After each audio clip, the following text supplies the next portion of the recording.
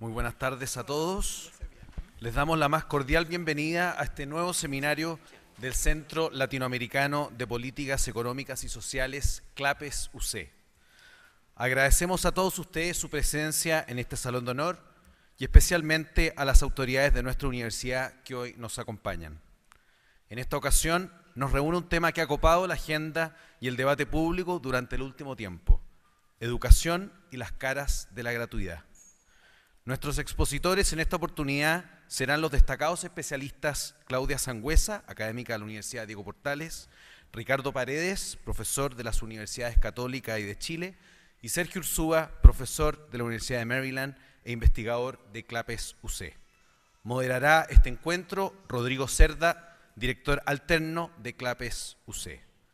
A continuación, dejo con ustedes a don Felipe Larraín, director del Centro Latinoamericano de Políticas Económicas y Sociales, CLAPES UC.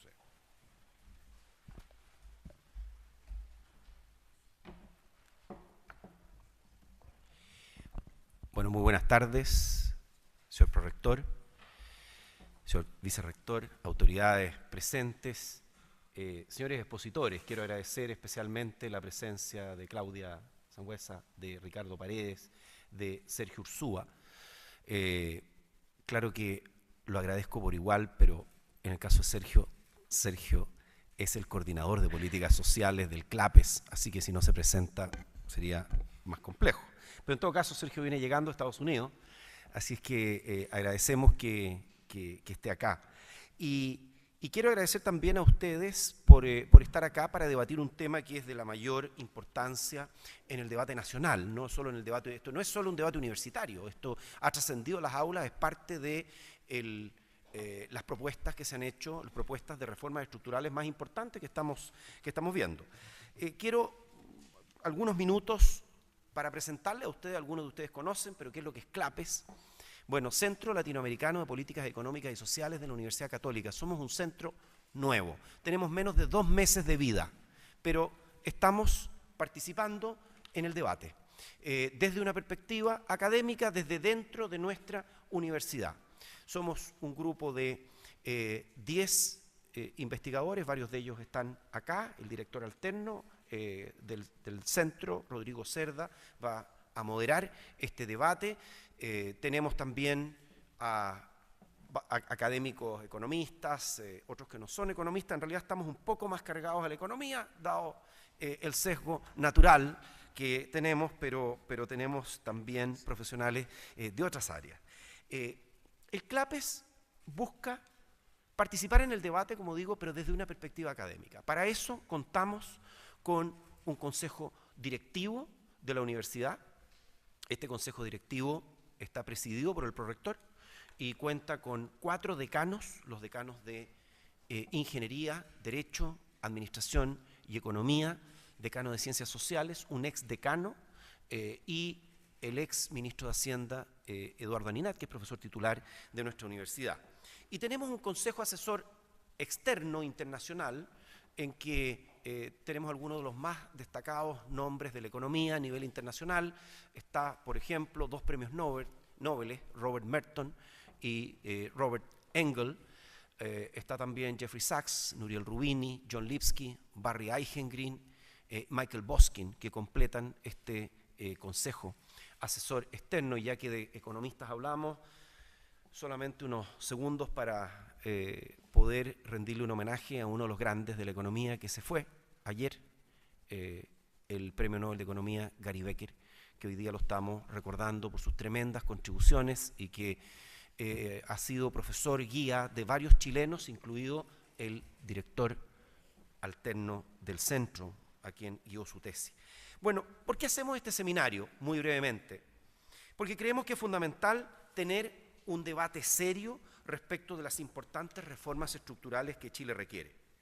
La búsqueda de consensos ha sido clave en el desarrollo del país. Y de hecho, como decía Edgardo Benninger, los países progresan cuando las reformas estructurales son fruto de consensos amplios. ¿Cómo surgen estos consensos? Solo del diálogo al que se acude con la mente abierta. Por eso, la invitación hoy es a tener un diálogo sincero, basado en evidencia, respecto de la gratuidad. Estamos convencidos que un sistema de educación de calidad debe ser una base fundamental de nuestra estrategia de crecimiento y desarrollo. Pero gratuidad no es sinónimo de calidad. Y aquí está el desafío para los que abogan por la gratuidad, hacer esa conexión entre lo que es gratuidad y lo que es calidad. Yo entiendo que lo que queremos es conseguir calidad, conseguir mayor, por supuesto, también mayor equidad. Y por ello los esfuerzos en esta materia deben apuntar a sintonizar los incentivos de los estudiantes, premiando el esfuerzo y alentando la meritocracia. Al mismo tiempo, es necesario revisar el sistema de financiamiento universitario. Si realmente queremos mejorar la distribución de oportunidades, el gran desafío, sin embargo, está en los primeros años del proceso educativo, en las etapas preescolar y básica. Es en ese periodo crítico del desarrollo donde debemos priorizar nuestros esfuerzos. Del debate serio y con altura de miras saldrán frutos fecundos que irán en beneficio de una sociedad más justa, más equitativa y con más y mejores oportunidades para todos los chilenos. Debemos esforzarnos por sintonizar los incentivos y anhelos de todos los actores en este debate, los estudiantes, sus familias, el mundo académico, el Estado y la sociedad civil.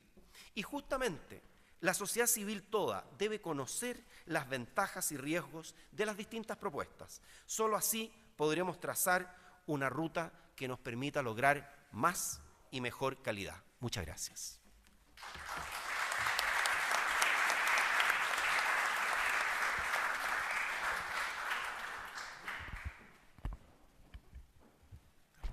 Aló. Buenas tardes. Vamos a partir con el panel. Antes que eso sí quisiera decirles un par de cositas. Este seminario, la verdad, claro, como somos un centro bastante nuevo, todavía no tenemos página web, pero hoy día logramos tener una primera página web. Ustedes entran a clapes.uc.cl y lo van a encontrar. Ahora se los digo por qué, porque este seminario lo estamos transmitiendo en Streamline en este momento. Entonces, para personas que no pudieron asistir, lo podrían ver en este momento y lo vamos a dejar para que, si ustedes quieren volver a verlo, pueda estar en nuestra página web. Segundo, en cada una de sus sillas habían unas hojas blancas.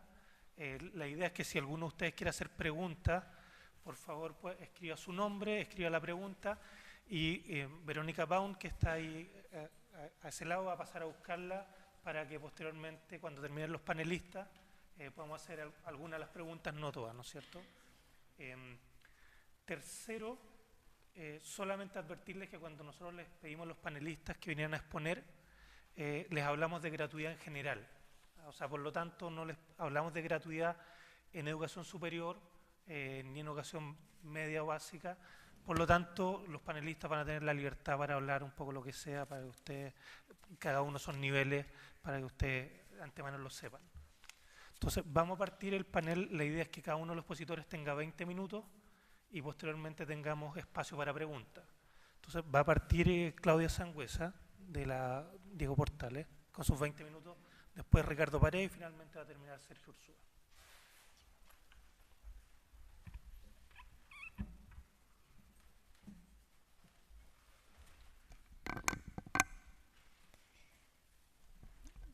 Bueno, buenas tardes. Muchas gracias por la invitación. Estoy muy contenta de estar aquí y de presentarles algunas.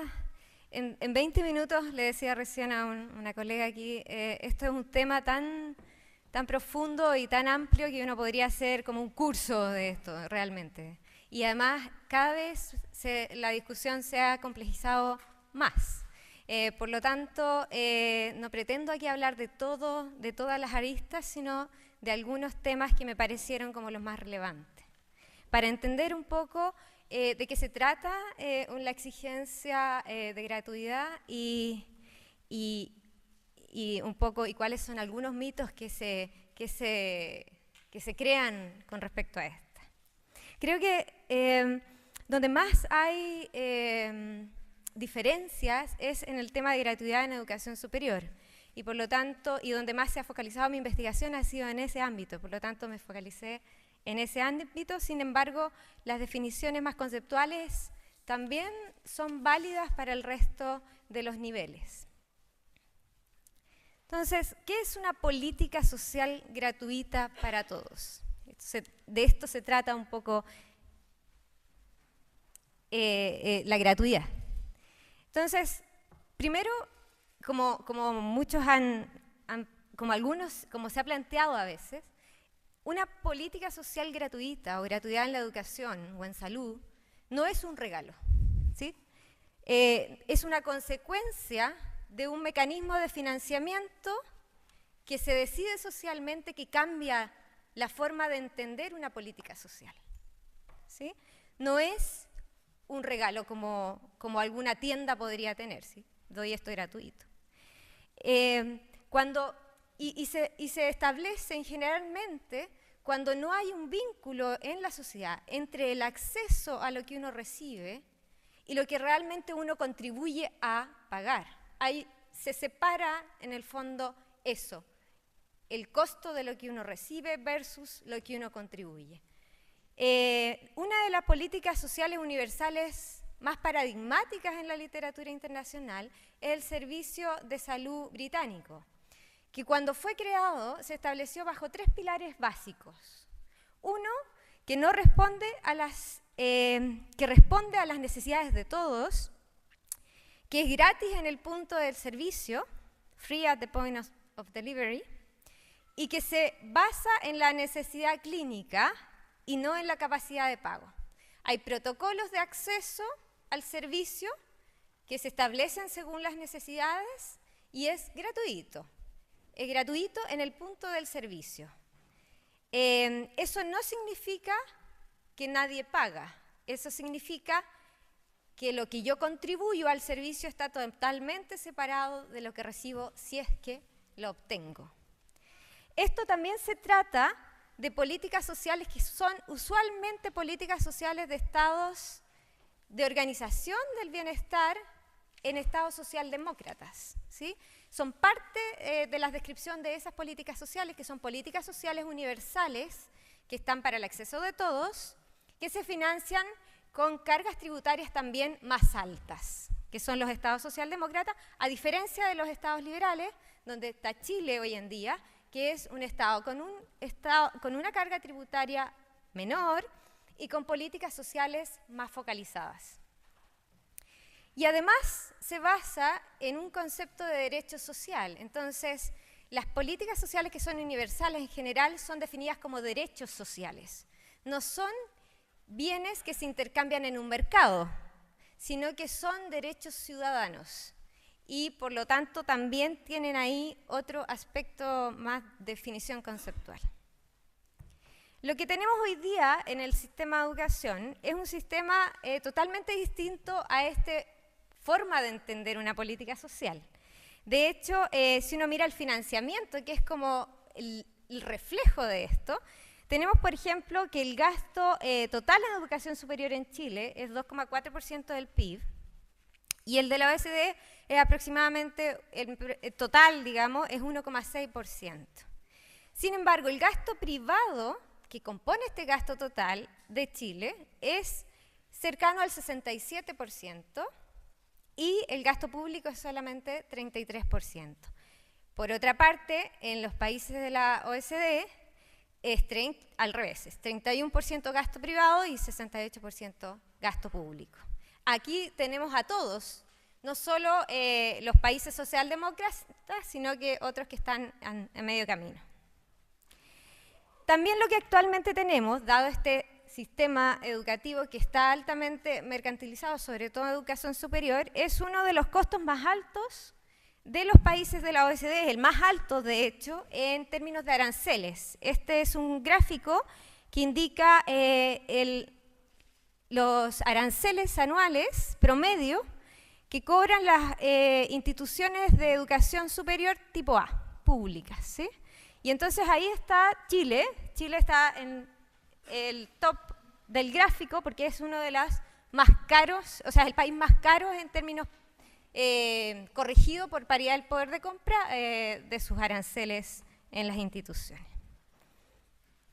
Ahora bien, estamos tan lejos o cerca de esta gratuidad.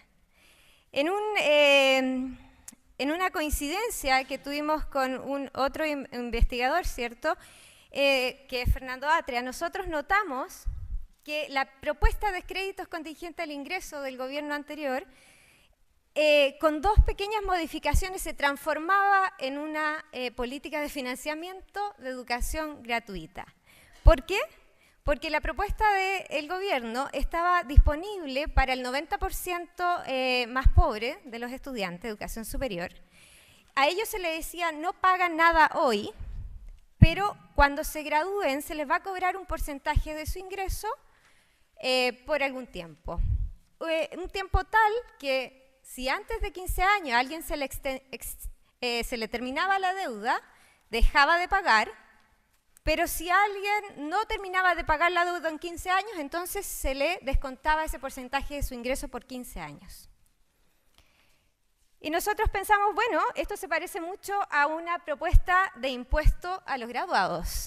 Si nosotros extendemos esta propuesta y le decimos al 100% de los estudiantes que no paguen nada hoy, o sea, es gratis at the point of service, y todos los profesionales que, por ejemplo, de todas las universidades del país, que, por ejemplo, tuvieran ingresos totales superiores, ingresos totales per cápita superiores a 1 millón de pesos mensuales o 12 millones de pesos anuales, cobrarle un porcentaje de su ingreso. Eso no es un cobro por algo que uno deba, sino que es una contribución en función a la capacidad contributiva de las personas y por lo tanto es un impuesto. Se transforma en un impuesto para todos los graduados. Ahora, esta es la distribución del ingreso en Chile. Esto es el ingreso total per cápita promedio para todos los percentiles de la distribución del ingreso en Chile. Entonces la población está dividida en 100 partes. Este es la línea del 1 millón de pesos mensuales. Esa línea aquí refleja que el 97% de la población tiene ingresos per cápita mensuales menores a 1 millón de pesos. Por lo tanto, si yo le cobro un impuesto a graduados de las universidades que tienen ingresos promedios mayores a 1 millón de pesos, estoy cobrándole un impuesto al 3% más rico de Chile. De hecho, si uno hace el ejercicio de cómo se podría financiar una propuesta de gratuidad, este es un ejercicio que se hizo con la CACEN del 2009, donde está calculado el costo agregado mensual, millones de pesos, de cada decil de la distribución de ingresos. Entonces, esto es lo que en estos momentos están gastando cada decil de la población, desde el más pobre al más rico. En total, ese es más o menos el gasto mensual. Entonces, eso es lo que uno tendría que financiar si dice gratuidad para todos. Estos son 3 ejercicios distintos de cómo se podría recaudar lo mismo que se necesita con 3 impuestos distintos. Este es un solo impuesto al 10% más rico, de 10% de los ingresos. Eso recaudaría todo lo que se necesita para financiar gratuidad y solo paga el 10% más rico. Esto es una recaudación tributaria con un impuesto progresivo, pero gradualmente progresivo, donde el 20% más pobre no paga nada, pero gradualmente empieza a aumentar. Esto recauda todo lo que se necesita y el 71% del gasto lo financia el 10% más rico. Esto es un impuesto a graduados, pero sin límite menor, a todos los graduados. Esto no cambiaría mucho. Se parecería más a esto si fuera con límite de 1 millón de pesos. Y esto recauda todo lo que se necesita para financiar la educación superior gratuita. El 10% más rico financia el 67% de este costo. En estos momentos, todo el costo de la educación superior lo está financiando el 10% más rico en 24% solamente. Por lo tanto, cualquiera de estas propuestas es más progresiva que lo que actualmente pasa. Esto, además, no es regresivo mirando el impacto. Bueno, ya no es regresivo si miramos el lado de cómo se financia, pero si miramos solamente de cómo se gasta, o sea, el impacto del subsidio, y miramos cómo llegaría este subsidio a los diferentes deciles de la población, vemos que sería un aumento más grande de los ingresos de los más pobres que de los más ricos. ¿Por qué? De nuevo, porque la distribución del ingreso es peor que lo que es la distribución de la matrícula y la distribución del gasto. Por lo tanto, en porcentaje de los ingresos de la familia, esto generaría un mucho mayor beneficio para los más pobres que para los más ricos. ¿Es la gratuidad sinónimo de baja calidad? Bueno, aquí están los artículos de revistas científicas y técnicas per cápita de los países que tenemos datos en la OECD, de nuevo. Entonces están los artículos publicados en revistas científicas y técnicas divididos por el total de la población del país. ¿Qué vemos acá? Suiza, Suecia, Dinamarca, Finlandia, Noruega, son de los países más productivos científicamente. Sin embargo, y estos países son los que tienen una visión más socialdemócrata del financiamiento de la educación, incluida la educación superior. Chile está acá. Estados Unidos, que en términos absolutos es un gran productor de artículos científicos, en términos comparativos per cápita no es de los más productivos. Por lo tanto, la gratuidad no es sinónimo de baja calidad. ¿Es sinónimo de alta deserción? Bueno, aquí de nuevo están los países de la OECD. Esta es la proporción de estudiantes que entrando a educación terciaria no se gradúan. Entonces esta es la deserción. Este es el promedio de la OECD. Aquí está Estados Unidos. Estados Unidos es uno de los sistemas educativos más mercantilizados que hay en el mundo, muy parecido en ese sentido al chileno. Aquí está Dinamarca, por ejemplo. Aquí está Finlandia, todo bajo el promedio de la OECD. Por lo tanto, y esto de hecho lo saco de un reporte que escribió la OECD, donde dice en realidad no tiene relación con si el arancel es alto o bajo, el tema de deserción. Tiene más relación con cómo es la calidad al interior de las instituciones de educación superior. ¿Cuánto costaría? Este es un ejercicio muy grueso, pero actualmente en Chile el gasto privado en educación es 1,6% del PIB. Por lo tanto, si uno dice, manteniendo constante el gasto total y cubro todo ese gasto privado con gasto público, necesitaría el 1,6% del PIB. Ahora, en general se ha dicho avanzar hasta el 70% de menores ingresos en los próximos 4 años. Eso significa aproximadamente el 50% de la matrícula actualmente en educación superior, lo que es 0,8% del PIB.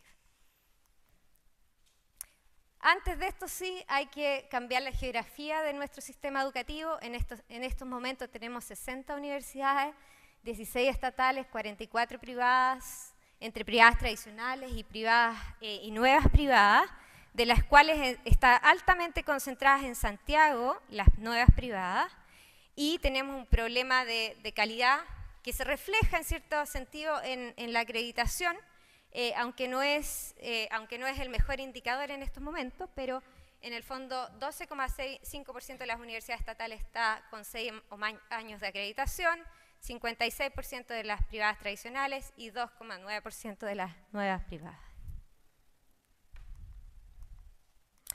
Ya. Eso. Finalmente,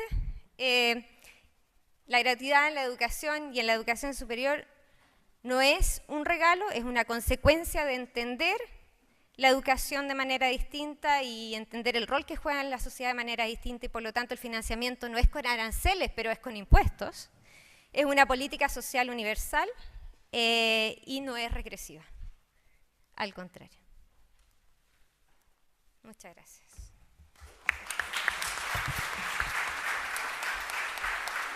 Gracias, Claudia.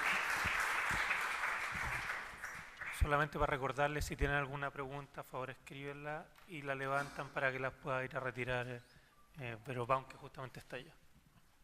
Vamos a ir con Ricardo, entonces Ricardo Paredes. Perfecto. Vero, muchas si gracias. pregunta, Quería agradecer también la invitación del CLAPES UC por esta invitación. Decirles que he estado en este tema reflexionando hace un tiempo, escribiendo algunas cosas En este momento, digamos, aprovecho de usar un poco el trabajo que he estado adelantando en un proyecto con el Centro de Políticas Públicas, que es hermano de este centro, así que voy a hablar algo de eso, ya vendrá ese documento. Bueno, ¿por qué reflexionamos sobre gratuidad?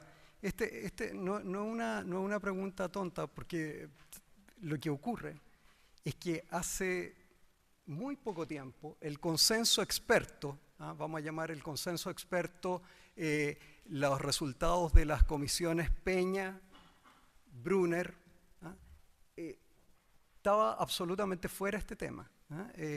Había un consenso de quienes sabían de que la gratuidad estaría muy restringida a un grupo pequeño de alumnos especialmente vulnerables, y que el resto se debía suplir con becas que llegaban al arancel de referencia básicamente. Ahora, lo que tuvimos el 2011 y en la época, unas protestas que tuvieron todo sentido. O sea, uno ve cuál es el sentido de las protestas, y las familias estaban sin duda asfixiadas. Tener un crédito que había que pagar en cuotas, con altas tasas de interés, con altos grados de deserción. Los alumnos estaban asfixiados y querían una salida, y ahí salió la voz de gratuidad como una salida, que efectivamente la gratuidad resolvía ese problema.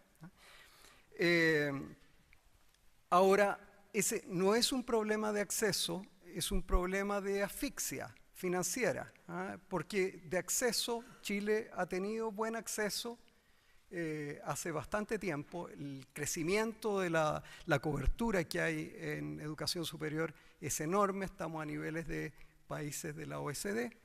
Entonces, no es un problema de acceso, es un problema de asfixia lo que había el 2011. A mi juicio, ese problema, ese diagnóstico, quedó prácticamente zanjado con la legislación que tuvimos entre el 2012 y el 2013. Se abordó el tema de asfixia, el tema de, si quieren ustedes, acceso más o menos restringido, pero de asfixia finalmente, con esta modificación, tener en vez de un crédito que se pagaba en cuotas, un crédito que se pagaba contingente al ingreso, con un límite.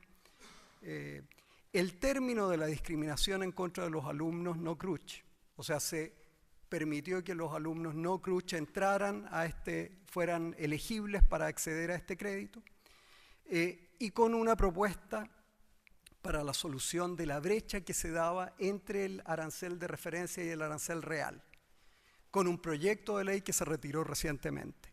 Es decir, a mi juicio, el tema de acceso, si es que había un problema de acceso, estaba zanjado con esa legislación o proyectos de ley. Ahora,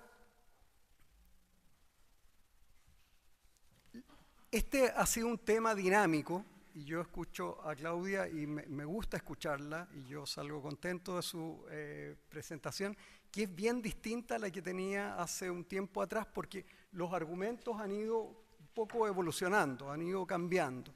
Entonces yo, para ordenar nomás la cosa, voy a hablar de los primeros argumentos.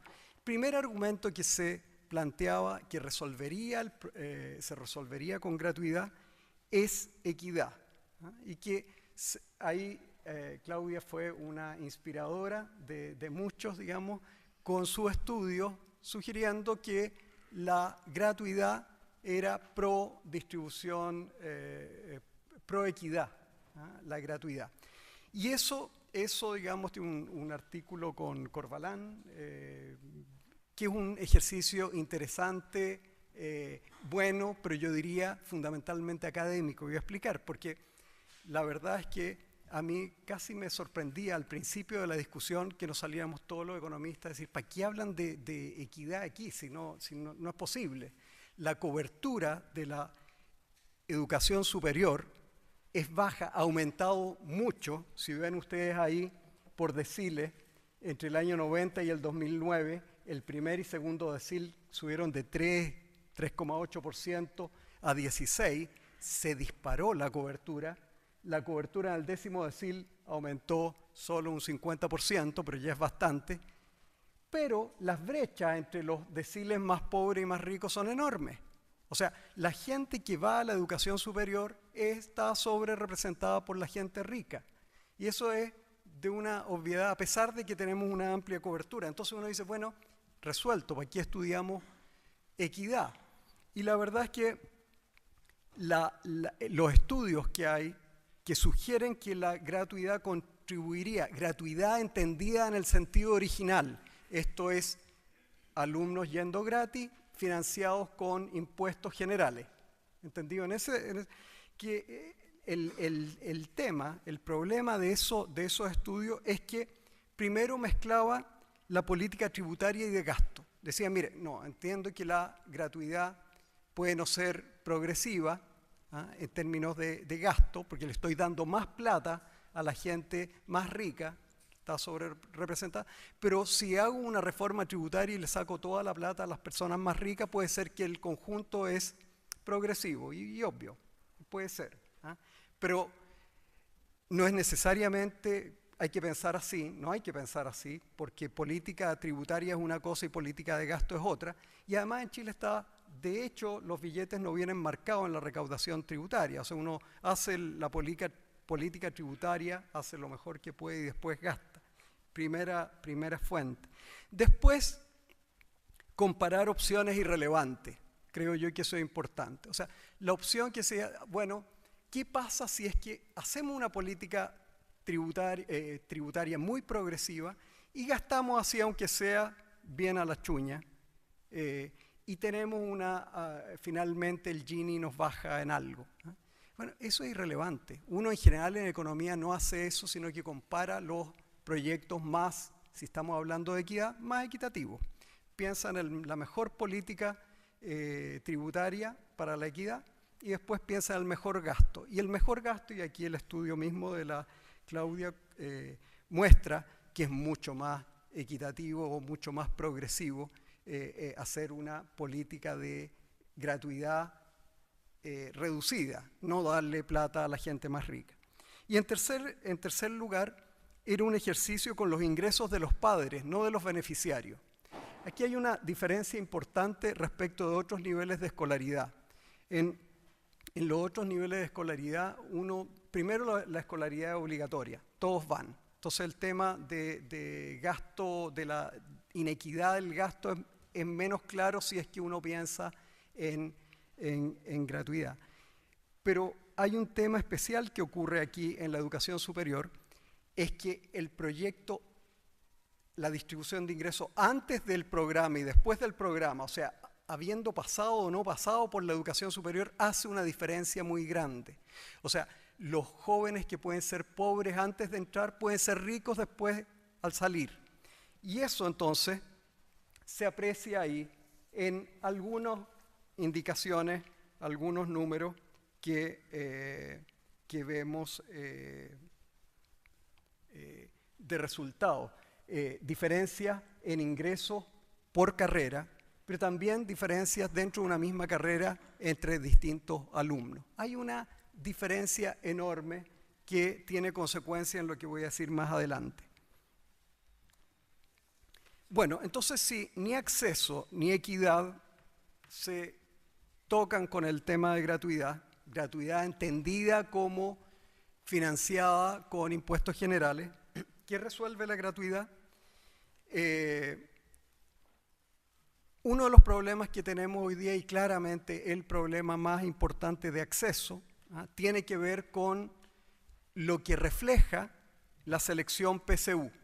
No estoy diciendo que la PSU es una mala idea de selección, estoy diciendo que los jóvenes que tienen alta PSU generalmente provienen de familias más ricas, y el problema, y esa correlación no es casual, tiene que ver con la calidad de la educación previa, con cómo llegan formados. Entonces, aquí el tema de gratuidad, si uno piensa en qué está resolviendo esto, qué prioridades estamos haciendo, no tiene relación, por lo menos directa, con gratuidad, con acceso, y por el contrario. Ahora, la argumentación ha ido siendo dinámica, ha ido cayendo, ha ido cambiando. Hoy día el tenor de la discusión, y quienes defienden gratuidad, no sugiere que resuelva un problema, así lo veo yo. Tal vez, seguro que soy muy limitado a eso, pero yo trato de encontrar a ver cuál es el problema y me llega un concepto. Y busco el problema y todavía no lo encuentro. Se trata de una concepción, una forma de mirar la sociedad. Cuando a mí me dicen, mira, lo que pasa es que aquí hay una concepción de lo gratis, una concepción de cómo miramos al individuo y no se elabora más, quedamos en un concepto terminal donde yo no tengo argumentos para replicar. Y eso me inquieta. Ahora, ¿cuáles son los nuevos fundamentos o los nuevos conceptos para justificar la gratuidad después de lo obvio, ¿no? Educación como derecho. Esta es una sociedad de derechos. Y eso es lo que se relaciona con gratuidad de alguna forma. Pero al respecto quería hacer un par de menciones nomás conceptuales, que en lo que tiene que ver con derechos sociales, a mí me gusta verlo del lado económico, y me gusta diferenciar entre lo que son bienes libres y bienes económicos. Bienes, digamos, que son los que nos producen satisfacción, nos hacen más felices. Y la educación nos hace más felices. Nos hace más felices ya sea directamente, así se define un bien de consumo, si nos hace directamente más feliz, o indirectamente si sirve para producir otros bienes, y eso se define un bien de capital, pero un bien, la educación es un bien. Ahora, los bienes libres tienen la gracia que uno los adquiere y no le quitan recursos a nadie. Uno puede tomar la luz del sol y disfrutarla y no le está quitando recursos a nadie. Con los bienes económicos, desgraciadamente, no pasa eso. Si yo doy más bienes económicos aquí, le quito acá. O sea, ese es el problema económico, ese es desgraciadamente el problema que tenemos. Y cuando uno piensa en la educación, que es un bien económico, porque cuesta recursos producirla, y está pensando como un derecho, está bien, siempre y cuando sea un derecho relativo. Porque si uno está pensando en un derecho absoluto, en un derecho que uno debe obtenerlo de cualquier forma, está pensando básicamente como si la prioridad fuera máxima. La prioridad no dependiera de las circunstancias del país. De hecho, si tuviéramos un mega terremoto nacional y quedara todo destruido y pensáramos que un derecho absoluto, deberíamos resolver el problema de educación superior, aunque Chile esté en el suelo. Y eso no tiene ningún sentido lógico. O sea, podemos entender como derecho un derecho relativo que tiene que ver con priorización, que tiene que ver con la etapa de desarrollo del país, y aquí Claudia ha mostrado un conjunto de países que tienen gratuidad, muchos de ellos, básicamente los de la OCDE, para qué decir Noruega, Suecia, Finlandia, tienen muchos recursos y uno puede entender que por un tema de prioridad han satisfecho otras necesidades, ya están en una etapa donde encuentran lícito destinar bastantes recursos a la educación superior. Ahora, ¿qué sigue? Hay un conjunto de falsos dilemas que yo encuentro que son peligrosos para nuestra visión de la educación superior a futuro. El primer falso dilema es la idea de los derechos que se contraponen con los vouchers. Digamos que cuando hay una sociedad de derechos, lo que signifique, pero digamos que nos lleva a tener educación gratis, la herramienta de vouchers, porque los vouchers no son un principio, no son un fin, es una herramienta, así lo veo, no tiene sentido. Y creo que los vouchers son perfectamente coherentes con la gratuidad. De hecho, uno podría dar un voucher por el monto total que cobra la universidad y eso sería gratis para incluso financiado con impuestos generales. O sea, pero el voucher tiene la ventaja adicional de que permite escoger. Y permitir escoger aquí, hay evidencia reciente, científica, fuerte, que dice que la gente escoge, los alumnos, al menos un segmento de alumnos que escoge, lo hace con criterios de calidad reconocidos Y también, aquí ya esto excede la evidencia, también uno puede suponer que la gente más informada, más conocedora y que elige, que vota con los pies, tiene algo que decir y tiene algo que saber de la calidad que no sabe el burócrata, llamemos así, instalado en un centro de definiciones de calidad, ¿no? O el académico incluido, ¿no?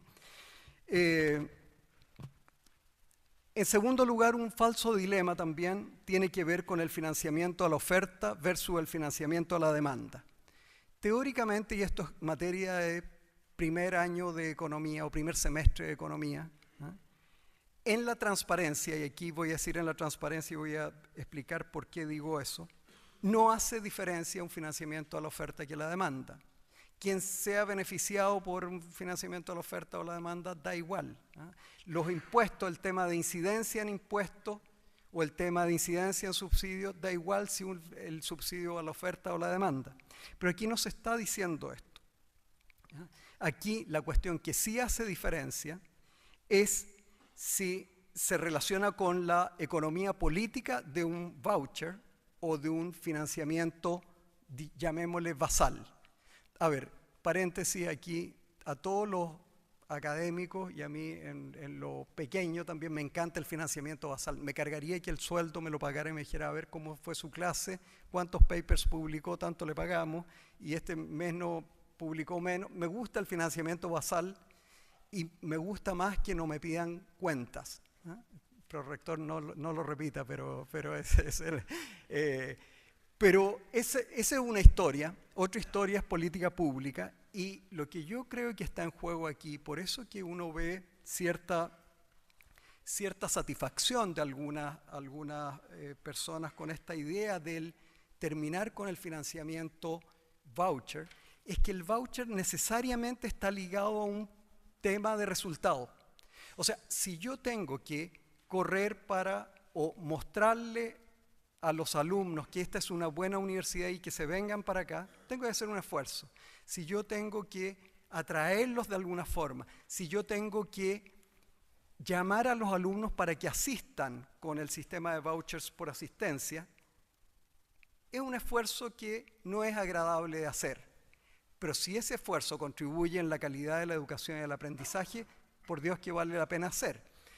Mi impresión es que aquí el tema está marcado, esta discusión, por la idea de que quienes reciban un financiamiento basal no van a rendir cuentas, porque no necesariamente van a rendir cuentas porque va a primar el tema de la autonomía, el tema de la independencia universitaria.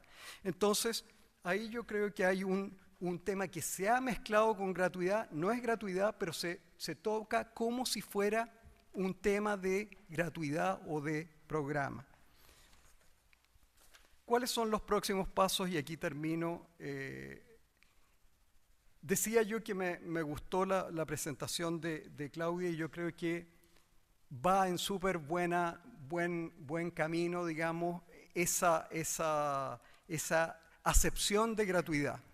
Nosotros tuve la oportunidad de trabajar en esta comisión de financiamiento con algunos profesores que veo aquí y académicos, y donde elaboramos un documento bien extenso, como de 400 páginas, tan extenso que nadie leyó, pero al menos el resumen ejecutivo no contenía algo así que estaba como en la página 189, no debe estar demasiado mal, sistemas de financiamiento, y partíamos con la vieja propuesta de Friedman, o el viejo análisis del viejo Milton Friedman, que concebía el sistema de impuestos a los egresados o un sistema de crédito contingente al ingreso como similares, y conceptualmente no son distintos.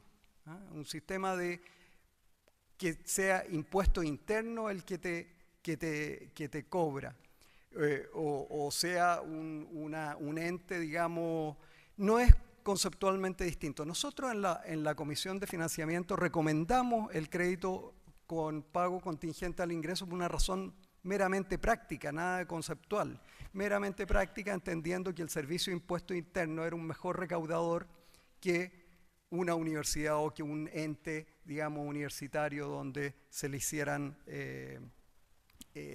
se complicara la cosa, ¿no? Entonces, creo yo que la idea de impuestos a los ingresos, si es que estamos de acuerdo, llamémosla gratuidad, yo no tengo problema con llamarle gratuidad, y me parece que una salida o un camino razonable como concepto.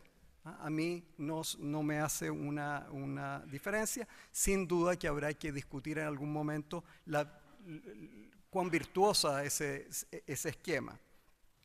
Ahora, ¿hacia dónde va el mundo? La tendencia es a complementar el financiamiento estatal con créditos contingentes al ingreso. Esa es una tendencia más o menos gruesa.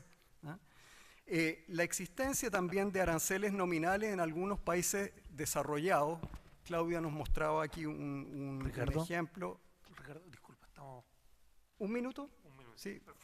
Aranceles nominales en algunos países desarrollados. Gracias. Bueno, ahí no hay ni una causalidad entre aranceles y... Esos son países ricos. Son países ricos que han llegado a ese punto de tener aranceles nominales, y la cosa funciona bien en términos de sus prioridades, a pesar que están moviéndose hacia esquemas de cobro. Lo que sí, la experiencia de países no ricos que tienen esquemas de gratuidad o aranceles nominales muy bajas es bien dramática. O sea, mi lectura es pésima. Tiene sistemas muy inequitativos donde tiene un grupo de universidades súper elitistas con aranceles cero, donde accede la gente más rica, más preparada, y un grupo amplio de universidades de peor nivel que cobran caro y donde accede la gente de menores ingresos. El modo chileno, y termino, creo yo que es conciliar diseños e incentivos, no ajustarse a un slogan del inicio de las demandas estudiantiles, que hoy día, a mi juicio, tuvo mucho contenido en ese momento, que era: déjenos, termine con esta asfixia, esa asfixia ya terminó, hay muchas formas de terminarla. No tomar una salida administrativa, también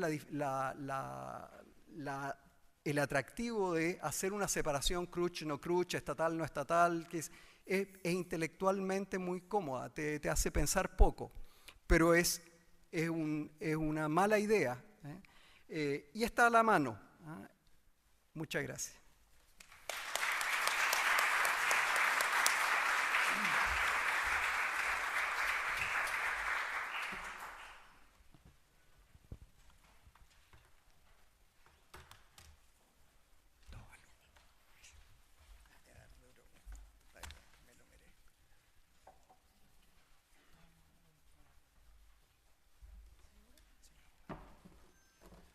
Ok. Déjeme partir agradeciendo su participación en este seminario. Es de hecho mi primer seminario como un miembro oficial del centro, ¿cierto? Así que es un honor poder participar en esto. La visión, o sea, voy a tratar de ser, tengo 20 minutos, tengo 40 slides, así que voy a tratar de ir un poquito rápido. Vamos a ver si lo puedo hacer. Pero tratar de hacerlo entretenido. O sea, ¿cuál ha sido la postal primero? La postal ha sido esa. Un poco tanto Claudia como Ricardo lo planteaban. Y eso un poco ha empujado la agenda desde el punto de vista de políticas públicas, e independiente de cuál sea el análisis técnico que uno tenga, evidentemente eso hay que ponerlo sobre la mesa, y por lo tanto había que pensar en algún tipo de propuesta, y eso yo creo que es lo que nosotros conocemos hoy día como reforma, ¿cierto?, estructural en el sistema educacional. Ahora, ¿dónde está Chile? Para poder entender, digamos, el origen del malestar, supuesto malestar. Este es el ingreso per cápita en países de la OECD y otros países, y me di la lata de pegarlo, digamos, GDP per cápita 2011 con matrícula de acuerdo a la OECD, que lo mío es un poco raro. La OECD toma a todos los matriculados en el sistema de educación superior y lo divide por el número de personas entre 19 y 23 años. Por eso, por ejemplo, Corea, que puede estar ahí arriba, Corea, que está acá arriba, tiene un 103%, digamos, porque tiene más gente en total que el número que está en el sistema que tiene la edad entre los 19 y los 23. Y Chile está ahí en el medio, está un poquito por arriba, de hecho. Es interesante que está bastante lejos de Noruega, ¿cierto? Y Suiza, y Suecia. Estados Unidos está por acá. Y la verdad que está sobre la media. Por lo tanto, Chile está bastante bien desde el punto de vista de su ingreso per cápita y está extremadamente bien, de hecho, en términos de su matrícula en educación superior. Lo interesante es que en ese grupo de países, por ejemplo, el único que tiene alguna noción de gratuidad es Hungría, y los húngaros, si ustedes leen los diarios húngaros, la verdad que están vueltos locos porque es carísimo. Están tratando de incorporar algún tipo de medidas de, digamos, hacer a que los estudiantes empiecen a cobrar. Obviamente ese libro es súper difícil desde el punto de vista político, pero eso es lo que está pasando. El resto de los países que están ahí, Polonia, caracterizado por un sistema, ¿cierto?, las reformas que se incorporaron hace varios años, un sistema básicamente, ¿cierto?, privado, en la línea de lo que nosotros tenemos acá.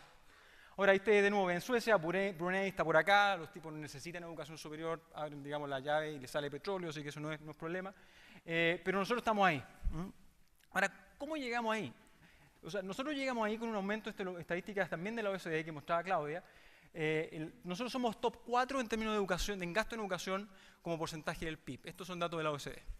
O sea, gastamos harta plata en total en el sistema, y es verdad que tenemos un porcentaje importante de esa plata es privada y un porcentaje, digamos, menor es público. Ahora, ¿cuán extraño es esa proporción? No es tan extraña. Son distintos modelos de financiamiento universitario. Un modelo que está compartido, por ejemplo, con Corea, que está al lado de nosotros. Un sistema que está compartido, por ejemplo, con Japón. Es un sistema que está compartido por Estados Unidos, que tiene Australia también en la lista. Y por lo tanto, esa lógica de que nosotros no estamos gastando mucho privadamente, la verdad que tampoco es una cosa que sea extremadamente sorprendente o muy extraña en el contexto de los países de la OECD. No estoy diciendo si es bueno o malo, estoy diciendo que simplemente estoy planteando simplemente un hecho. La pregunta, y lo que me motiva, digamos, un poco la lógica de la presentación, es cómo diablos llegamos a esto. Y ese es Chile, 1970, matrícula, esa tasa de matrícula de nuevo en educación superior, en función del GDP, en este caso estoy utilizando constante porque voy a utilizar un análisis en el tiempo 2005, y nosotros partíamos acá, un país pobre, un ingreso per cápita bajísimo, ¿cierto? Y hoy día estamos acá arriba, estamos con una tasa de matrícula bruta, de acuerdo a la OECD, de un 74%, un ingreso per cápita, ¿cierto?, en función del GDP PPP, de aproximadamente $15.000. Yo voy a hacer un truco que le aprendí a un ministro de Hacienda, no a Felipe, así que no te preocupes, pero voy a mover ese panel blanco que tengo acá, lo voy a mover. Y ahí voy a poner ahora Suiza, tengo acá Suecia, tengo Noruega y tengo a Francia. Y eso es lo que, y así lucen. Entonces, ¿qué es lo que nosotros vemos? Lo interesante de esto es, claro, cuando nosotros hacemos la comparación Chile con Noruega, se nos olvida que tenemos como $60.000 de diferencia en ingreso per cápita, que es una diferencia brutal, digamos. No solamente eso, se nos olvida que el punto de inicio es completamente distinto. O sea, estos países en 1970, ¿cierto?, Noruega tenía un ingreso per cápita un poquito menor de $19.000. Hoy día nosotros no tenemos ingreso per cápita en función de la medida de GDP que estoy tomando. Tenemos un ingreso, una matrícula de la misma magnitud, ¿cierto? ¿Y cómo pudimos lograr eso? Justamente porque nos seguimos el modelo noruego. Pero si hemos seguido el modelo noruego, nuestra tasa de matrícula hubiera sido mucho más baja. Fueron los privados los que hicieron los esfuerzos para poder aumentar cobertura. Francia, por ejemplo, que es el punto azul. Francia tiene una tasa de matrícula, de acuerdo a la OECD, más baja que nosotros. 57%. Y Suecia, digamos que son los puntos, no sé, violetas, anda por ahí parecido. Entonces, esa es un poco la problemática que nosotros estamos enfrentando hoy día. Tratamos de avanzar esa gratuidad en un contexto en el cual se nos olvidan este tipo de comparaciones, que creo que es fundamental. Entonces, voy a responder un par de preguntas en mi presentación. ¿Dónde invertimos primero? Y yo aquí me lo voy a tirar a la piscina. Me voy a tirar a la piscina y puedo pagar costo al hacerlo, pero me parece que es importante. Entonces, ¿cuánta plata gastamos? Esta es la distribución del costo actual de la matrícula por institución total 2013. Foto 2013, vamos a ver dónde está la gente, dónde está, digamos, la plata. ¿Cuánto se está gastando en matrículas? No acreditadas, estamos aproximadamente en 400 millones de dólares. Acreditadas, ustedes ven ahí aproximadamente 4.000 millones de dólares. Y si ustedes toman el sistema como un todo, la plata que se dedica a matrícula, ¿cierto?, estamos hablando de 4.500 millones de dólares, que es el número más o menos que tenía en mente también Claudia. Eso es lo que nosotros estamos gastando, está ahí ustedes por CFT, IP y universidades para que lo puedan pensar. O sea, esa es la primera inversión, la foto, 4.500 millones de dólares. Ahora, si uno mira el cohorte 2013, pensemos solamente en los tipos que entraron el año pasado al sistema de educación superior. ¿Dónde nos estamos gastando la plata? En función de su puntaje de la prueba de selección universitaria. Para ver si estamos gastando la plata en el tipo de 650 puntos, de 750 puntos, en 800 puntos o el tipo de 350 puntos, que son bien distintos conceptualmente. Y la verdad que cuando uno hace ese análisis, el cohorte 2013 cuesta 1.100 millones de dólares. Esa es la cantidad de plata que cuesta matrícula en ese corte, los que entraron el año pasado. No todos, sino que los que entraron el año pasado.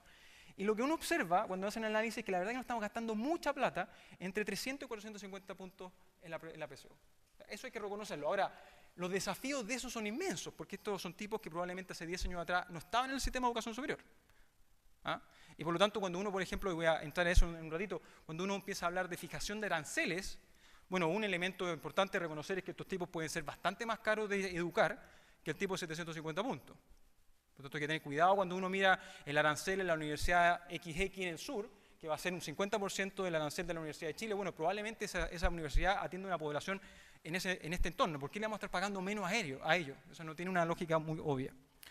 Ahora, voy a utilizar la misma figura para ir voy a poner la máquina del tiempo y voy a ir al Chile de 1970, que a mucha gente le encanta la idea de cierto 70, la educación era gratuita, y vamos al Chile 70. Pero el Chile 70, ¿cuánto costaría gratuidad en el Chile 70 hoy día? Entonces, si usted mira los datos de la OECD, en 1970 aproximadamente un 9% de la gente estaba en el sistema. Eso costaría hoy día 76 millones de dólares para el cohorte 2013. En total, asegurar gratuidad para ese grupo, que era el 9% que estaba en 1970, ¿cierto? Asumiendo que son los que tienen mayores puntajes, era la elite, no tengo idea, cuesta en total para todo el cohorte, ¿cierto? Para todo el grupo, 382 millones de dólares. Eso hoy día es pagable. Pero ese no es el Chile que estamos mirando hoy día. Entonces, cuando uno escucha a algunos expertos dicen, no, pero el sistema de Chile del 70, lo que nosotros tenemos que tratar de avanzar, estamos comparando, digamos, cosas que no son comparables. Peras con manzanas. Entonces, entremos en detalle más en serio. ¿Cuánto cuesta asegurar gratuidad? Y Claudia tiró algunos números, yo voy a tirar otros números. Y los voy a poner 5 escenarios. El primer escenario es el siguiente. Voy a agarrar lo que hoy día, ¿cierto? ¿Cuánto sería la estimación conservadora? Es cuánto cuesta asegurar gratuidad hoy día. Todos los graduados, ¿cierto? Todos los que están estudiando, ¿cuánto cuesta hoy día pagar gratuidad? El segundo escenario es un poquito distinto, porque ese cálculo del primero es medio mentiroso, porque no toma en consideración el hecho de que la tasa de matrícula viene aumentando en el tiempo, como yo le mostré. Por lo tanto, evidentemente, lo que tengo que tratar de hacer es extrapolar cuál va a ser la demanda por el servicio, digamos, los próximos 5 años, para poder, o 6 años, o en estado estacionario. Entonces, el ejercicio que voy a hacer es muy sencillo. Voy a tomar el cohorte 2013 y lo voy a multiplicar por el número de años, ¿cierto?, de las carreras que los tipos están matriculándose. O sea, si usted estuvo en un CFT, van a ser 2 años, en un IP 4 años, en la universidad 5 o 6 años. ¿Okay? Ahora, eso no tiene nada que ver con calidad. Entonces, lo que voy a hacer con calidad, voy a hacer lo siguiente. En el contexto de este modelo, ¿cierto?, universidades modelo, voy a decir, en mi escenario 3, voy a asumir que el arancel que voy a dar a todos, quienes estén en la universidad de la Universidad de Chile. Ese va a ser mi estándar de calidad. Podemos discutir, pero para ver cuánto cuesta. Y si usted va a un IP o un CFT, vamos a utilizar el INACAP. Escenario número 4, alguien puede decir, no, pero es que ese arancel no es el efectivo, porque lo que nosotros vamos a asegurar es creatividad desde el punto de vista con el arancel de referencia, no el efectivo. Y vamos a hacer el ejercicio entonces, escenario número 4 es con arancel de referencia. Y el número 5 es el más realista de todo, en el sentido que vamos a utilizar el mismo arancel de referencia, pero además estamos considerando el hecho de que la gente no está 5 años en la universidad. Sabemos, para bien o para mal, que la gente pasa harto más tiempo en la universidad. Por lo tanto, voy a tener que multiplicarlo por el 30% más de tiempo que la gente gasta en la universidad. Veamos los números. Primer ejercicio, si yo aseguro solamente a universidades acreditadas, que va a ser la primera barrita, me cuesta 2.900 millones de dólares. Hoy día en el sistema, si yo agarro el presupuesto de educación superior en Chile, hoy día son 2.500 millones de dólares, por lo tanto el diferencial son 2.900 menos 2.500, 400 millones de dólares. Si yo lo llevo a universidades y PSFT, todas las que están acreditadas, me sale 3.875 millones de dólares. Si yo aseguro gratuidad completa, independiente si está o no acreditada, me está costando 4.300 millones de dólares. Primer ejercicio. ¿Qué pasa si utilizo el cohorte, esta cosa de que la demanda, la verdad que viene galopando hace rato? ¿Qué pasa cuando hago eso? Sube aproximadamente, voy a focalizar en la gratuidad completa, pasa de 4.300 a 4.700. ¿Qué pasa si trato de asegurar algo de calidad? 6.500 millones de dólares. De eso estamos hablando. O sea, yo utilizo el arancel de la Universidad de Chile y el arancel del INACAP para los CFT y los IP y les aseguro gratuidad a todos. Eso es lo que cuesta, 6.500 menos los 2.500, estamos hablando de 4.000 millones de dólares para sentarnos a hablar. Si uno dice, bueno, el arancel de referencia cae a 4.600, de todos modos estamos hablando de 2.000 millones de dólares. Y si le agrego el 30% adicional, que lo hace más realista, yo quedo al final con 6.000 millones de dólares. Eso es básicamente los números.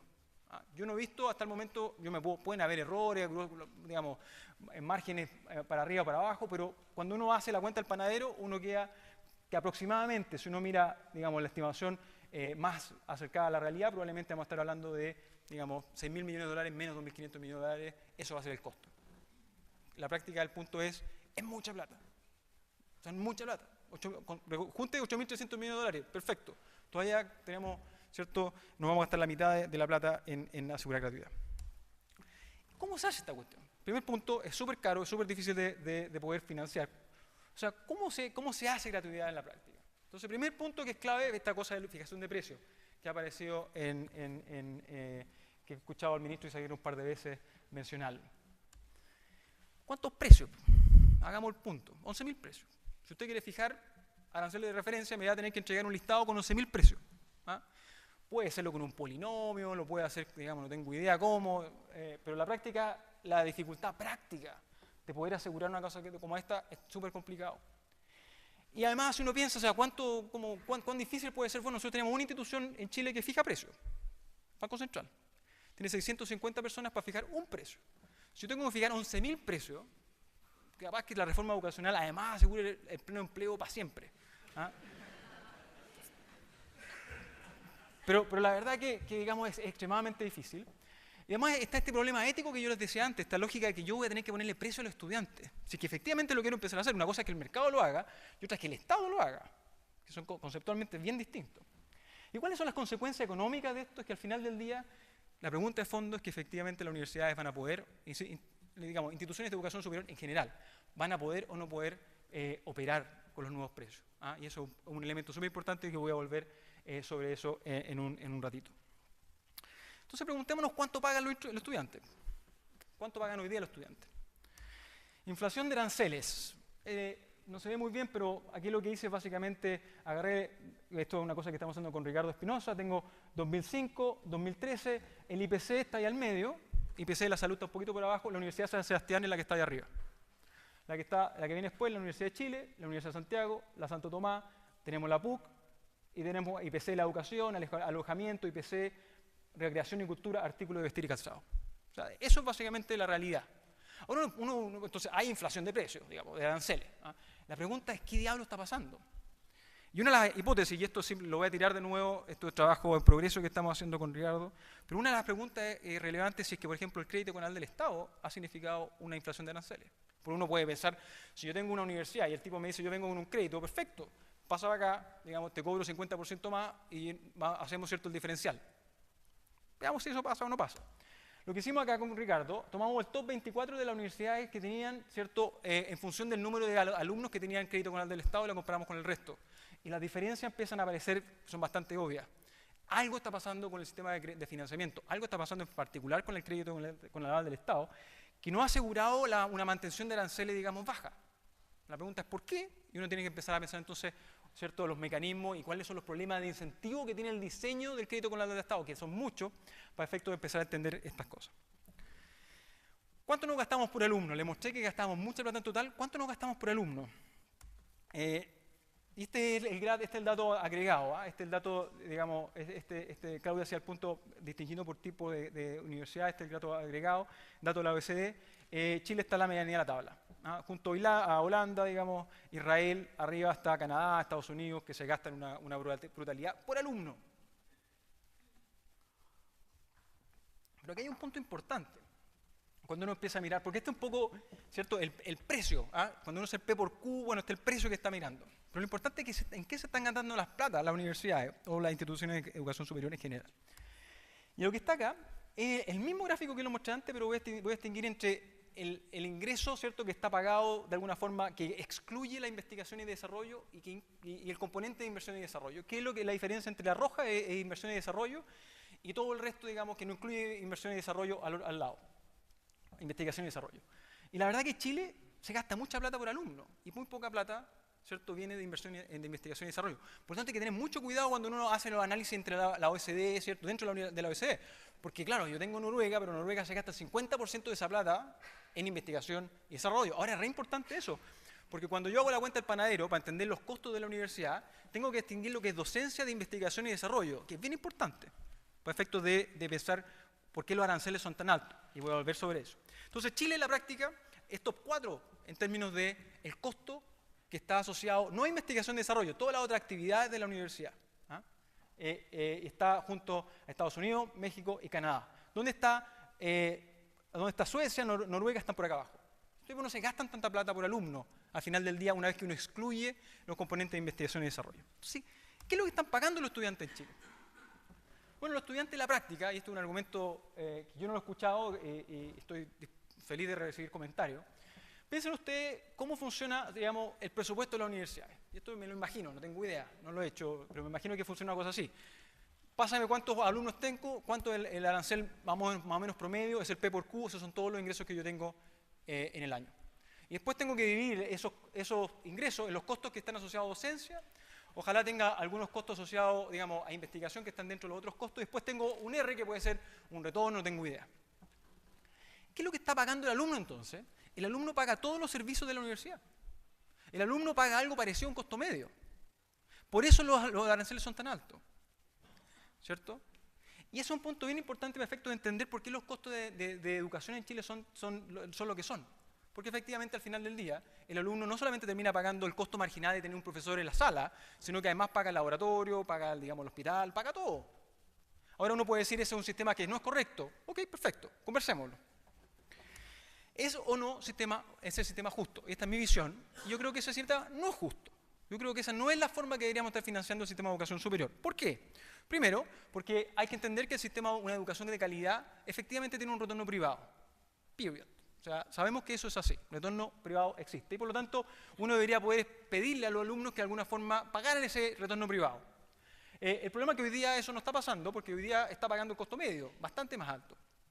Segundo, el Estado debería intervenir. ¿Qué es lo que debería estar financiando el Estado? Son justamente estas, ¿cierto?, las actividades de inversión y desarrollo que tienen altos retornos sociales y que no son necesariamente internalizados por las universidades. Eso es lo que yo quiero, que se financie eso. Entonces la pregunta es, ¿cuál es el sistema en el cual uno debería tratar de avanzar? ¿Cuál es un sistema en el cual uno puede tener precios, subsidios justos, ¿cierto?, que de alguna forma mejoren el bienestar? Entonces esto es una cosa que yo estaba escuchando de nuevo al ministro hablar, una cosa sobre los fondos basales, y Ricardo hizo justamente ese punto. Fondos basales, aranceles, y voy a entrar un poco después, de hecho, leer la columna de Carlos Williamson, me veo obligado, porque estoy de acuerdo con lo que él planteaba el domingo, ¿cierto?, en la idea del control de oferta y cuál es la libertad de elección que hay acá. Primero, fondos basales. ¿Qué es lo que nosotros queremos pagar con estos fondos basales? Probablemente ese componente de retorno social que yo les mencionaba anteriormente. ¿Qué es lo que yo quiero pagar con los aranceles? Bueno, probablemente ese componente social, ¿cierto?, que no solamente no está capturado por el retorno privado, que un poquito más, digamos. Hay carreras que en la práctica el retorno privado no puede ser muy alta y por lo tanto uno tiene que hacer un esfuerzo para tratar de que la gente, ¿cierto?, tenga un buen pasar mientras lo estudia. Entonces, ¿cómo se puede hacer? Primero, para los fondos basales, competencia para todos, acreditada. Esta cosa de distinguir entre universidad estatal y universidad, al final del día va a ser el modelo que estaba planteando, el resultado del modelo que planteaba Ricardo, segmentación completa.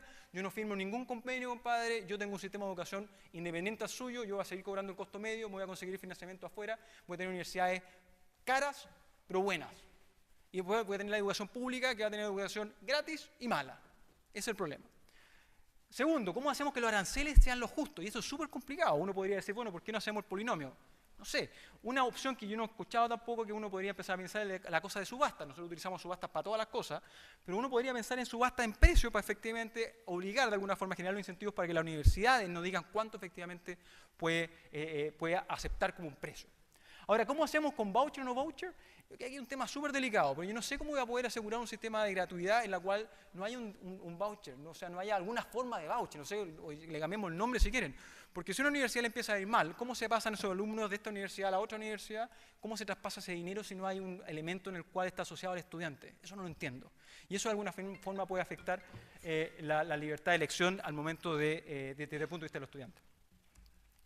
Súper importante, aprovechando que hay algunos rectores acá, o sea, uno digamos, que están en esta discusión, uno debería exigir un DL 600 para universidades. Porque el día de mañana me hacen firmar el convenio y me cambia la regla del juego. Si eso puede pasar. Entonces uno debería tratar de alguna forma de tener un mecanismo en el cual no solamente los incentivos están alineados hoy día, sino que además mañana. Eso no es parte de la discusión y debería hacerlo. Sergio. Cosas como, ¿cuánto me queda? Un minuto. ¿Me diste un minuto, Ricardo? Un minuto. Entonces, ese es el punto.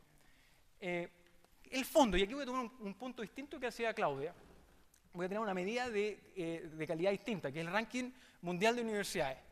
No es publicaciones, porque creo que calidad para efectos de la discusión hoy día pasa más bien por este tipo de cosas. Docencias son importantes. Y Universidad de Copenhagen y la Karolinska Institute de Suecia, digamos, son 42 y 44. En las primeras 40 no hay universidades gratuitas. Así de simple.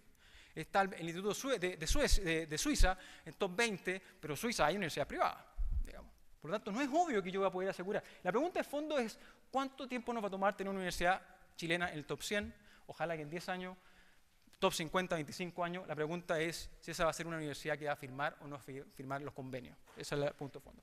Y déjenme terminar con esto simplemente, para mostrarle que el desequilibrio real que se produce en Chile no pasa por esta discusión, sino que cómo estamos asignando la plata entre educación postsecundaria, básica y media. Esa es la clave. Esto que ustedes ven acá es ingreso per cápita de los países. ¿Cuál es la cantidad relativa de ingresos que tenemos básicas, medias versus terciarias? Y lo que nosotros tenemos es que Chile, ese punto rojo que está ahí, Chile es un outlier. O sea, Chile, para el nivel de ingreso que tiene, gasta más plata en educación terciaria que en básica y media. Eso es lo que hay que corregir. ¿Por qué? Porque uno observa cosas como esta. Estos son alumnos de cuarto básico en el 10% de los mejores colegios en Chile. 29.316 alumnos, de los cuales 2.480, hicimos seguimiento, terminan teniendo 750 puntos. De los 29.000, 22.000 rinde la PSU y ustedes ven ahí los resultados. No anda tan mal, de hecho. Si usted está en un 10% de los mejores colegios en Chile, en cuarto básico, este va a ser el resultado de la PSU. No anda tan mal, un 8%. ¿Qué pasa con los 10% más malos? La situación de los 10% más malos es diametralmente distinta. Partimos con 11.367 colegios, alumnos, porque son colegios más pequeños. Tenemos 4 tipos, los 4 fantásticos, tienen 750 puntos o más al momento de dar la prueba. Ese es el problema ético de fondo, esa es la dificultad que nosotros tenemos que enfrentar, pensando que asegurar gratuidad con las necesidades que nosotros tenemos va a poder resolver este problema. No lo creo. Solamente para terminar, hay que tener cuidado que el remedio puede ser distinto a la enfermedad. O sea, puede ser peor que la enfermedad, hay que tener mucho cuidado. Y yo creo que voy a hacer un punto, de hecho, que tanto Ricardo como Claudia los dos estaban de acuerdo, yo estoy en desacuerdo. Yo creo que un crédito fundamentalmente es distinto que un impuesto. ¿Por qué es distinto? Porque yo puedo pagar un crédito full, todo el mes, toma, ahí está, y se va, ¿cierto? Un impuesto no puedo hacer eso. Por lo tanto, conceptualmente, desde un punto de vista de bienestar, un crédito es distinto a un impuesto, porque te da más libertad. Agréguele a eso la implicancia que eso tiene sobre los esfuerzos de los alumnos. Si yo creo que yo voy a poder pagar mi crédito más rápido, entonces me voy a esforzar más, ¿cierto? Durante mi periodo universitario, probablemente voy a tener un retorno privado más alto y voy a poderlo pagar. Esa distinción es importante porque o sea, ex post, claro, luce muy parecido a un crédito con contingente en ingreso y un impuesto. Ex ante son completamente distintos. Muchas gracias.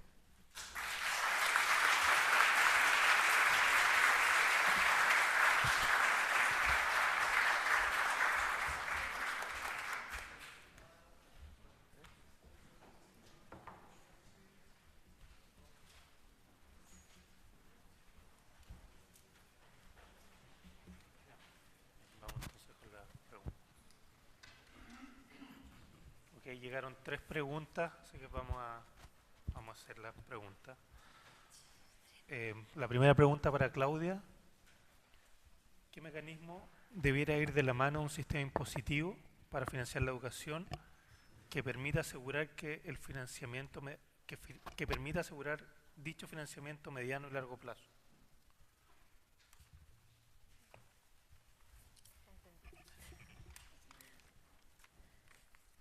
Contestamos al...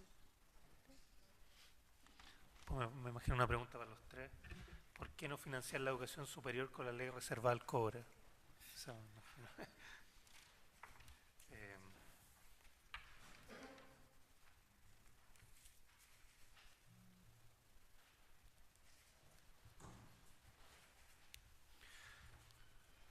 Otra pregunta para los 3. Un impuesto a los graduados parece ser muy distinto que un crédito contingente al ingreso cuando un país desea elevar la cobertura de educación superior. La razón es que el impuesto a los graduados se aplicaría a mucho menos personas que el crédito contingente al ingreso. Entonces, La pregunta es, ¿la tasa del impuesto graduado sería mucho mayor en este caso? Eso es lo que tendría que responder. ¿Ya? ¿Partimos con Claudia? Sí. ¿Parto yo? Tuviste Ya. más corta, así que puedo tener más tiempo.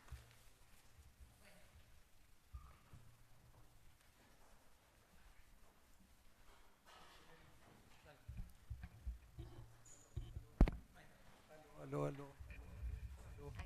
Ya, aquí, esto está bien. Bueno, respecto al mecanismo impositivo para asegurar que no haya evasión, dice ahí, pensando en potencial evasión. Bueno, esto es más una pregunta tributaria más que de educación propiamente tal, pero supongo que los mecanismos se refieren a todo, a lo que todo sistema tributario debería tener para evitar la evasión, y es lo que yo creo que se ha estado planteando correctamente en la reforma tributaria, que es mejorar, empoderar un poco más al servicio de impuestos internos para efectivamente poder resguardar que no se evada ni se hagan otros tipos de prácticas para no pagar los impuestos que corresponden. Respecto al tema del impuesto versus el crédito contingente al ingreso, yo estoy completamente de acuerdo con Sergio en el sentido de que no son lo mismo. Efectivamente, un crédito es pagar una deuda de algo que yo compré.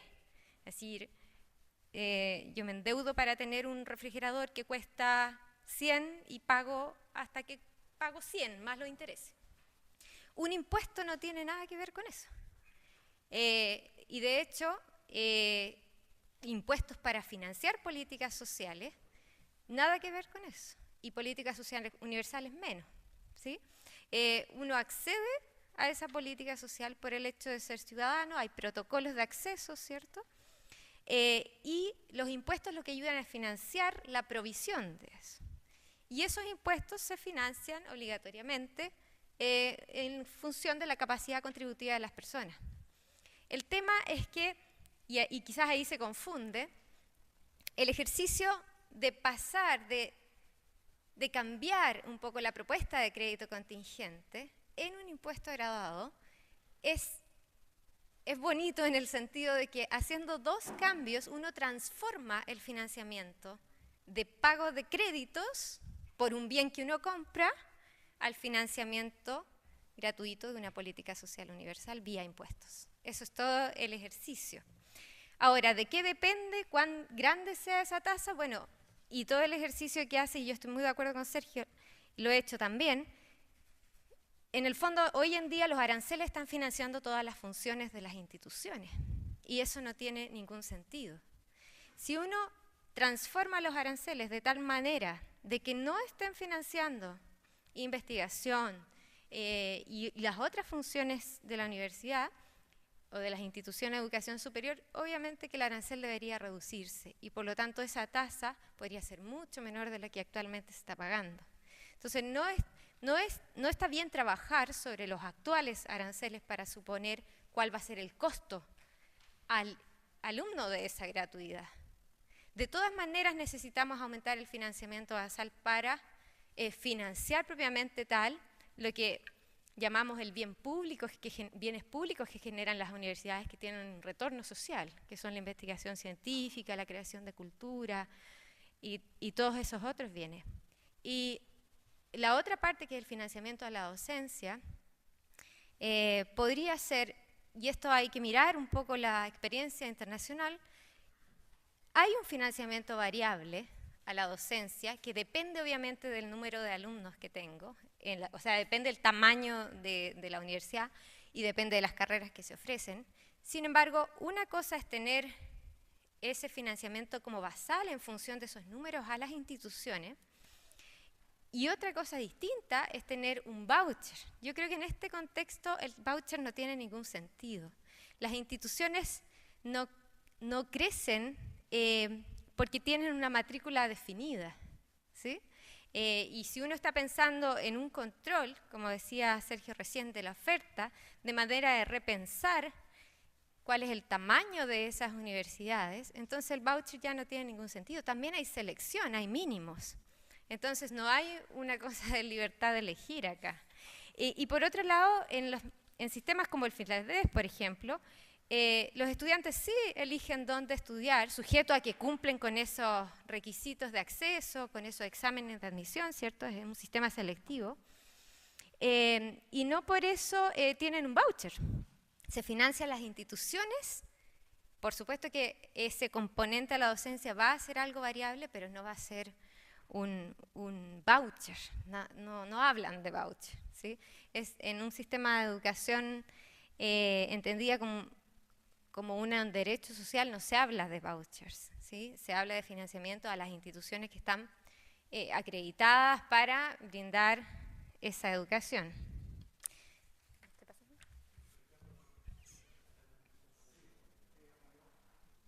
Aló, aló. Sí, ahí sí. A ver, brevemente, la verdad es que entre el crédito y el impuesto hay diferencias, concuerdo. A mí lo que me gusta y salgo contento es que el nivel de discusión cambia. A mí pasa a otro estado cuando uno está hablando en gratuidad, llamémoslo así, gratuidad prima, financiada con un impuesto, a estar gratuidad con un impuesto a los egresados que gratuidad financiada con impuestos generales. Es otro estadio. Por cierto, sigo pensando que tiene muchas ventajas el crédito sobre el impuesto. Ahora, la pregunta de por qué no financiar la educación superior con la ley del cobre. Bueno, aparte de que la gente te puede argumentar de que los fondos del cobre, digamos, tienen una razón de estar ahí en su monto y podría tener otros efectos macro. El tema es una buena pregunta porque vuelvo sobre lo mismo. Imaginemos que nos llueve maná y tenemos el doble de la ley del cobre mañana y cayó ahí, ni siquiera tengo una duda, tengo el doble de recursos. Financiar la educación superior con esos recursos tendrá todo sentido en la medida que sea más prioritario, más urgente y tenga más rentabilidad social que otras prioridades que también tenemos. A mi juicio, si hemos resuelto fundamentalmente el tema de la educación escolar, de la inequidad en la educación escolar, y nos queda plata, bien, tal vez pueda ser esa una prioridad que siga. Y por último, para terminar, nomás un tema que solo ilustra la dificultad que tiene pensar en este tema. Pensemos en gratuidad. Gratuidad ya vamos a dar un aporte basal. ¿Cómo se va a dar el aporte basal? A ver, alguien va a estar calculando cuántos alumnos tienes tú, cuántos alumnos estás formando, cuánto cuesta formarlo. Se calcula el P por Q o el costo unitario por alumno formarlo por Q, se le pasa ese monto. Al cabo de 2 años, la universidad piensa, ¿sabe qué? Me gustaría aumentar la matrícula acá y reducirla acá. Que va a tener que ir a preguntarle al regulador qué autorización para eso, porque se imaginan ustedes que el incentivo al día siguiente, si hay un monto que no depende del número de alumnos, el incentivo al día siguiente de algunos académicos que puedan controlar las universidades, porque las universidades se controlan así, los académicos controlan las universidades, no están controladas por Dios, digamos.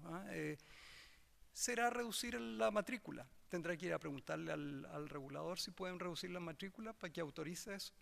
El tema, de una forma u otra, tiene que estar asociado a un número, porque si no, esta cosa tiene complicaciones inimaginables, muy difíciles de resolver, son segundas derivadas.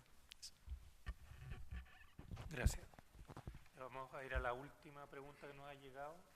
Me parece que va dirigida más a Sergio, pero si ustedes quieren, por favor, también pueden. Entonces, la pregunta tiene que ver con lo siguiente. Durante el foro se destacó la alta tasa de matrícula como un logro del sistema chileno. Pero también lo que hay que darse cuenta es que esa alta tasa de matrícula se logra con muchas universidades de baja calidad, que reciben alumnos con 300 o 400 puntos de PSU. Entonces la pregunta tiene que ver con que si la gratuidad debería estar de alguna forma relacionada con cierta restricción a la oferta universitaria, tal vez a universidades de mayor calidad. Perfecto. A ver, la pregunta me parece que tiene un elemento que es fundamental y que la verdad nosotros no lo hemos tocado acá, y pasa un poco por la responsabilidad de las autoridades al momento de generar expectativas. Yo creo que es un tema bien delicado, que obviamente hoy día es parte del debate, pero si uno va hacia atrás, o sea, ¿cuándo partió esta cosa? O sea, ¿cuándo partió esta inflación de expectativas desde el punto de vista de no solamente los estudiantes, sino que las familias? Y uno hace el ejercicio, por ejemplo, uno va atrás a los discursos del 21 de mayo, ¿ah? Y uno lee el discurso del 21 de mayo de presidente Elwin. El presidente Elwin hace una alusión muy a la pasada a la educación superior, indicando que en la práctica la educación superior era un pilar fundamental para el desarrollo del país. Nadie puede estar más de acuerdo con eso. Y después pasan algunos años y es el presidente Frey el que empieza a mencionar la importancia de la educación superior en el contexto, ¿cierto?, de está empezando a haber alguna tipo de presión por parte de las familias para poder tener acceso al sistema. Punto que después recogido por el presidente Lago, digamos, completamente. El 2000 habla de universidad para todos. De eso después aparece el crédito conal del Estado como un mecanismo, ¿cierto?, para poder generar esa universidad para todos. Y los esfuerzos continuaron con la presidenta Bachelet, continuaron sin duda con el presidente Piñera, y hoy día estamos en eso, ¿ah? ¿Qué es lo que ha pasado en el intertanto? Y aquí una cosa no tan económica, sino que más bien sociológica. O sea, por ejemplo, si ustedes miran las encuestas a padres en los Sims, en el cuarto básico, en la encuesta de padres hay una pregunta re interesante que le pregunta al papá, niño en cuarto básico, ¿cuál cree usted que va a ser el mayor grado académico que va a alcanzar su hijo? O sea, en 1999 un 45% decía educación superior. En 2010 un 85% dice educación superior. O sea, en 10 años se dobló. Más aún, porque uno puede empezar a hacer el análisis, por ejemplo, por puntaje SIMSE, porque están los puntajes SIMSE de los niños. La inflación de expectativa es independiente del puntaje SIMSE del niño. O sea, se observa en todo nivel. Independiente si está el niño está en el primer decil, en el último decil, está en todos lados. Pero esto va más allá todavía, porque en el SIMSE también los padres también pueden declarar, yo creo que mi hijo va a tener un postítulo. Y si ustedes miran los colegios, los niños, la respuesta de padres con niños en colegios privados, ¿cierto? Un título universitario parece que ya no es suficiente, porque un 70% de ellos creen que su hijo va a tener un magíster. ¿Cómo nosotros lidiamos como sociedad en un contexto en el cual, si yo no tengo un título universitario, voy a ser un loser, voy a ser un perdedor? Porque un 85% de la gente cree que debería tenerlo, digamos. Los padres de mis amigos creen que debería tenerlo, por lo tanto, asumo que mis amigos en promedio deberían tener la misma probabilidad, ¿cierto?, de tenerlo. Pero eso no tiene sentido. O sea, no es obvio que uno debería tener un sistema universitario que pudiese cubrir un 85% de la demanda. O sea, estamos exactamente lo que estamos mirando en producto un poco de eso. O sea, estamos desacoplados. Nuestras necesidades productivas no pasan por tener necesariamente más médicos, pasan por tener mejores técnicos, por ejemplo, cosas que no están. Y para muchos, por ejemplo, o sea, ¿cuándo nosotros vamos a tener los Bill Gates? ¿Dónde están los Steve Jobs? Esas cosas que hoy día, digamos, no es parte de la discusión, porque un alumno universitario lo que quiere es estudiar ingeniería comercial, ir a un banco y forrarse. Eso es básicamente la lógica, ¿ah? Y eso cada vez es más difícil, eso no pasa. ¿Cómo nosotros nos podemos acomodar en un modelo en el cual no es obvio, no es para nada obvio que uno tiene un mayor bienestar teniendo a toda la población en un sistema de educación universitario que no es de calidad, en primer lugar? Segundo, ¿cuáles son las opciones? Educación técnica secundaria, por ejemplo, una tremenda oportunidad que está hoy día, ¿cierto?, dejada de lado. Y desde el punto de vista más profundo, o sea, como sociedad, ¿cómo vamos a poder lidiar con esta presión que tienen nuestros jóvenes respecto de la necesidad de tener un título universitario? Hagan el ejercicio. A mí me llegan emails de buenas universidades en Chile toda la semana, ¿cierto?, promocionando postítulos. ¿Qué es eso? Eso es un lavado de títulos, porque hay mucha gente que sacó títulos que se dio cuenta, universitarios que se dio cuenta que ya no vale ese título porque el mercado aprende más rápido, ¿cierto?, que el Estado, y lo que tiene que hacer entonces es ir a la universidad XX a tener un postítulo, entonces muestro el postítulo, no muestro mi título. Entonces al final del día vamos a tener nosotros también pagando ese tipo de educación. O sea, esa es la lógica que nosotros estamos moviendo. Yo creo que es un tema súper delicado y hoy día no está en discusión y por lo tanto el tema de nuevo es cómo hacer un control responsable de expectativa en el contexto de la discusión de gratuidad. Llegó una pregunta más y con esto vamos a cerrar. La última pregunta entonces para Claudia tiene que ver con la propuesta. en este momento habría una propuesta del gobierno que tiene que ver con llegar al decil más rico de la población financiando su educación superior y se financiaría con impuestos generales de la nación. La idea es que después tú les cobrarías algún tipo de impuesto a estos graduados, ¿no es cierto? Y eso permitiría financiar posteriormente la educación superior. O sea, en la propuesta del gobierno, el decil más rico recibiría un subsidio de los sectores de menores ingresos, que también pagarían. Me imagino que los que se educaron posteriormente estarían pagando la educación. Entonces, la pregunta es, ¿qué te parece esta propuesta? ¿Estás de acuerdo? ¿Es similar a lo que propones tú? Sí, por supuesto. Adelante.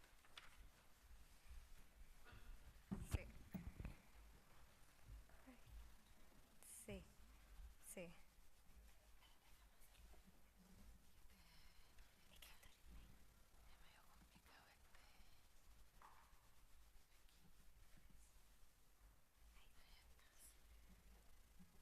Que me ayuda para responder esa pregunta a este cuadro.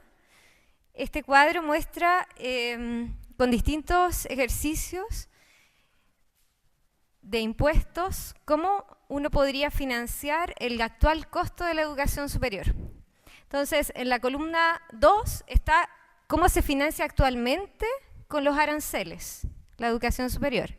Y de ahí vemos que el decil 10 financia 33.400 millones de pesos mensuales, ¿cierto? De los 136.660 millones de pesos mensuales. Eso es el 24% del actual costo. Si uno financia eso solamente con un impuesto al 10% más rico, que es la columna 3, financia todo el costo actual de la educación superior en términos de aranceles, este costo arancelario, y por lo tanto el decil más rico pasa de financiar el 24% del costo actual, del costo de la educación superior, a financiar el 100%. Y el 90% más pobre pasa de financiar el 76% a financiar 0. Por lo tanto, si es efectivo que la reforma tributaria recauda solamente desde el 10% más rico, es absolutamente progresivo este cambio. ¿Sí? Eso. Bueno, muchas gracias por habernos acompañado. Les vuelvo a repetir que esto va a quedar en la página web de nuestro centro, así que si alguien quiere ver las ponencias nuevamente ahí estarán. Muchas gracias y lo esperamos en una próxima oportunidad.